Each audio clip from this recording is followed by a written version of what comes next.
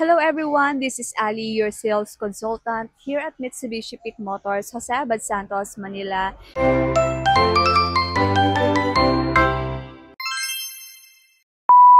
And for today's video guys, I am very excited to share with you our 2025 na Montero Sport Manual Transmission. So in this video guys, iikutan natin saglit kung ano nga ba ang meron sa ating SUV. Bakit nga ba siya ang isa sa pinakasikat at pinakamagbiling SUV dito sa Pilipinas. And by the way guys, i-discuss ko na rin sa inyo yung kanyang promo at freebies once na nag-avail kayo sa akin through in-house financing. And guys, alam niyo ba, napakalaki ng cash discounts nito kung mag-a-avail naman kayo sa akin into cash transaction. So tara guys, samahan niyo ko. Ikutan lang natin saglit ang ating 2025 na Montero Sport Manual Transmission. Let's start.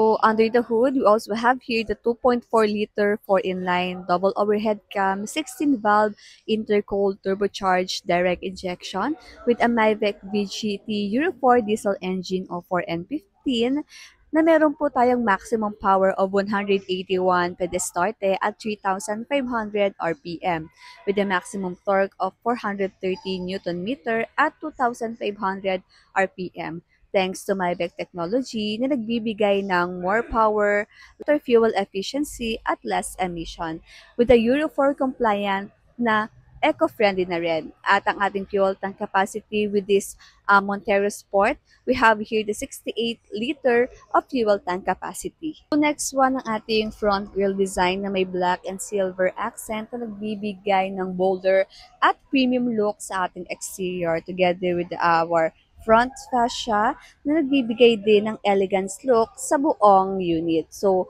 ang ating front fascia ay nagbibigay din or nakakatulong din to lessen engine stress dahil mas maraming hangin din po yung papasok sa ating engine. Next one ang ating headlights. Naka-halogen projector headlights na rin po ito. At ang ating fog lamp po ay combination din po ng halogen and bulb type. So, moving on sa ating wheels. So, sorry guys, medyo madumi yung ating wheels dahil hindi pa siya naka-car wash. So, yung sukat ng ating wheels ay 18-inch na alloy wheels na may sukat na 265 by 60 R18 with a turning radius of 5.6 meter. So, next one ang ating side mirror. Naka-chrome ito with integrated turn signal lights.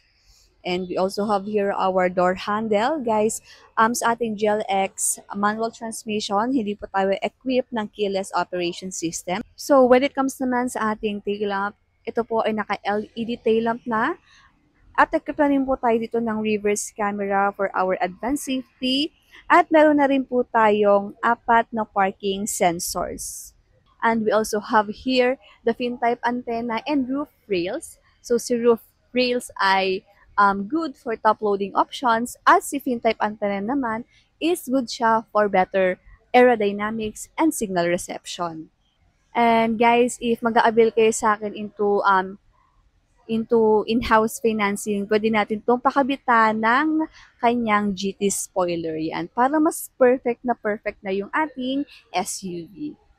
So, sa ating driver's side, as you can see, may mga soft pads tayo dito. Ayan, for better convenience. Then, sa ating side, nandito yung controls sa ating power window adjustment and center door lock.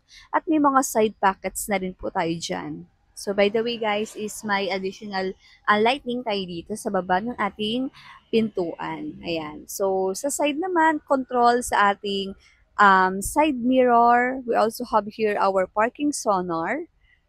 Ayan. So, tara check natin yung kanyang steering wheel. So, sa ating steering wheel, meron po tayo na 3-spoke na leather wrap. So, mas comfortable siya i-drive kasi naka-leather wrap siya.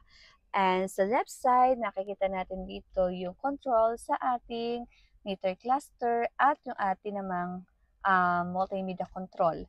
Sa kanan naman, yung ating cruise control, voice command, and hands-free button. So, si cruise control, again, paano nga ba siya gumagana? Usually, ginagamit natin to sa mga expressway.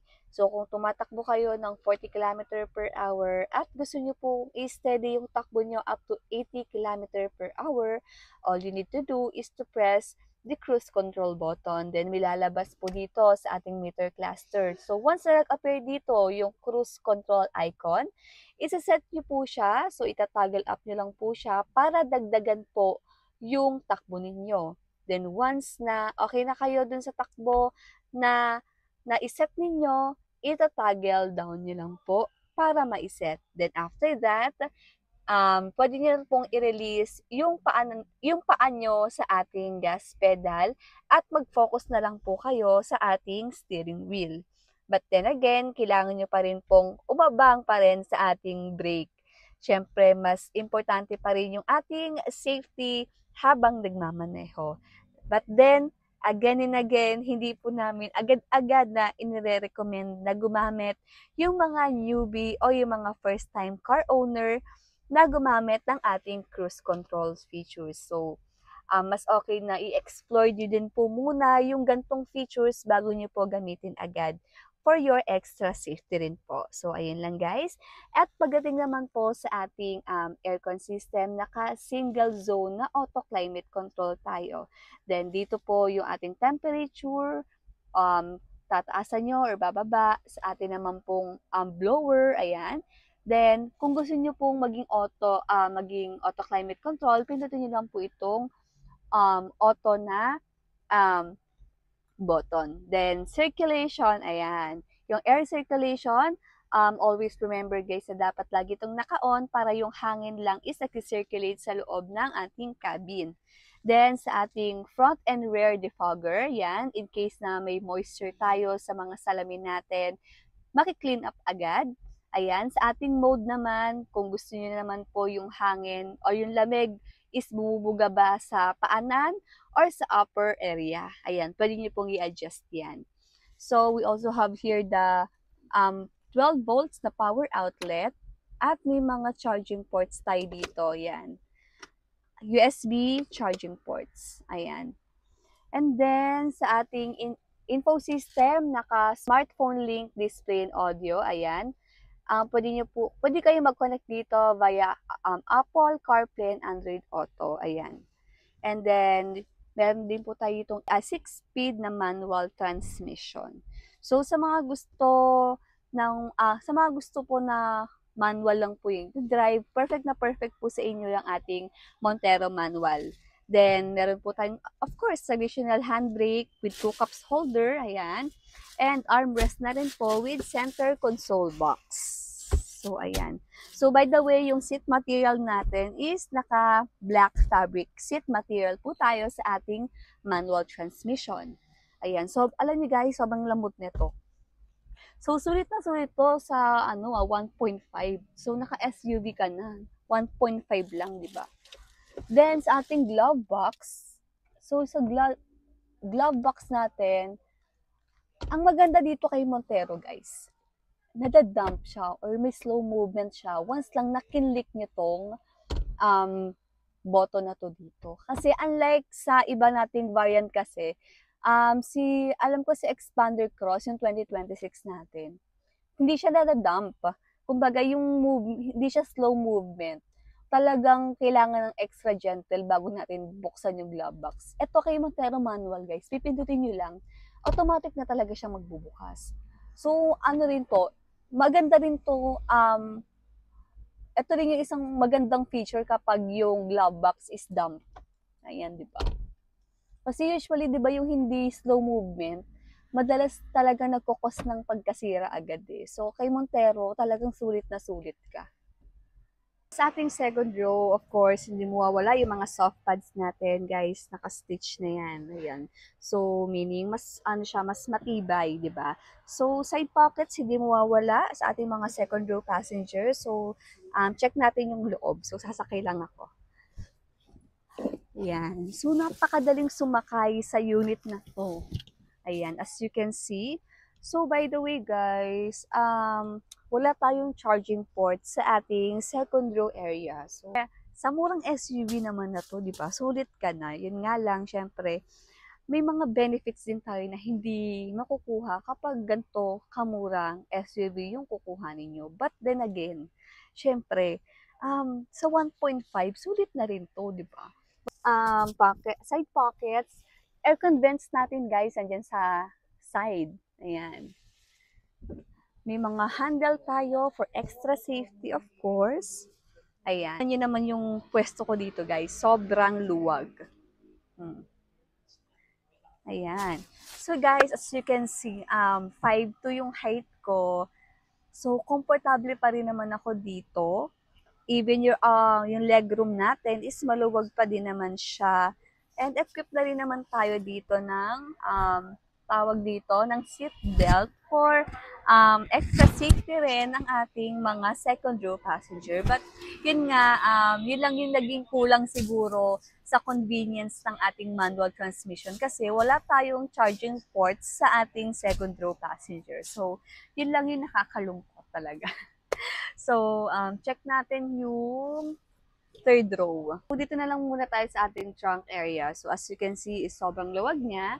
Ayan, may extra storage tayo dito para sa mga gamit, extra gamit nyo. So, hindi siya sobrang laki, but then again, makakatulong pa rin naman siya para sa mga maliliit nyong gamit. So, again, na-full flat pala siya by the way. Ayan, sobrang luwag. So, pwede to kung galing kayong, kung may mga maleta kayo or mga malalaking gamit, perfect na perfect din tong si Montero for cargo use. So, saan ka pa for as low as 1.5 million, meron ka ng talagang pinakamabili, pinakasikat na SUV dito sa Pilipinas. So, tara guys, discuss ko naman sa inyo yung kanyang mga promo at previous once na nag-avail naman kayo sa akin through in-house financing. So, tara! And there you have it guys. Tapos na po nating ikutan yung ating 2025 na Montero Sport Manual Transmission. So, magkano nga ba siya? It retails 1,568,000. Naka-zero down payment pa rin po tayo guys in all banks yan. At yung kanyang monthly amortization is nasa around 32,000 lang. At when it comes naman sa kanyang previous, kung mag-a-avail kayo sa akin through in-house financing, pwede kayong mamili. Meron tayong option 1 sa ating previous, which is the Black Series look. So, kung gusto niyo yon, pwede niyo po yung i-avail sa akin. Then, sa option 2 naman, kung ayaw niyong ipa-Black Series, pwede natin siyang pabitan ng Bosch Europa horn, side step seal, rain visor, HD dashcam, two-tone mags or Black Series mags, ayan. GT spoiler, pwede natin yung palitan. Then, ano pa ba? Keychain, umbrella, deep dish matting, meron po tayong set of garnish at car care kit. At marami pa pong iba. So, makukuha niyo yung mga freebies na yan sa akin kung mag-a-avail kayo through in-house financing. Paano naman po kung bibili kami into cash transaction? Good news, dahil naka 275,000 po yung ating cash discount. So, yung mga freebies na pinapamigay ko po kapag cash transaction is HD dashcam, rain visor, keychain, and umbrella. But then again, kung gusto niyo po naghahanap po kayo ng any Mitsubishi unit, lahat naman po is available dito sa aming dealer. Kontakin niyo lang po ako sa aking mga contact details na makikita niyo po dito sa aking screen. By the way, this is Ali, your sales consultant here at Mitsubishi Pick Motors sa Sebad Santos, Manila. And I hope to see you here, clients. Don't forget to like, share, and subscribe sa aking YouTube channel para updated ka sa mga susunod pa nating mga videos. So, ayun lang guys. Ingat. Follow for more. Bye!